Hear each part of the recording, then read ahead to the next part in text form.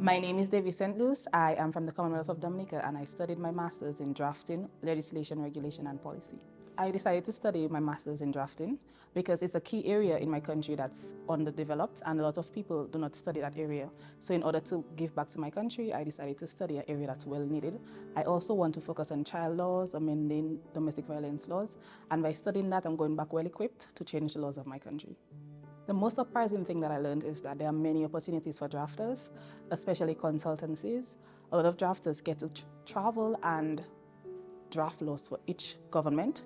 So once you study your master's, you're able to branch out into different fields and different areas. The favorite thing about my program was my lecturers. They're very hands-on, they give you a lot of practical experience, and most of them have their PhDs, so they know what they're talking about. And being around people who have studied their doctorate, it makes you want to be more successful in the field. Recently, I was called to the bar, so now when I go home, I'm going to work at the Attorney General Chambers as a junior drafter.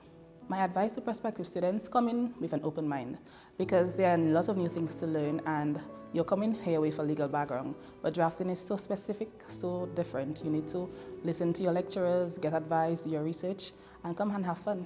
Yes, I would recommend my degree because it's a degree that will bring you far. It's very specific and you get a lot of hands-on experience. Also, the lecturers are willing to help, and even the library staff, when you're doing your research, they will tell you, yes, you can get from that article. So everybody's willing to assist. I feel so excited to be graduating today. It's been a long journey, just even to get to London. It was extremely difficult for me. And just to see my family and friends while I walk the stage, it's going to be epic.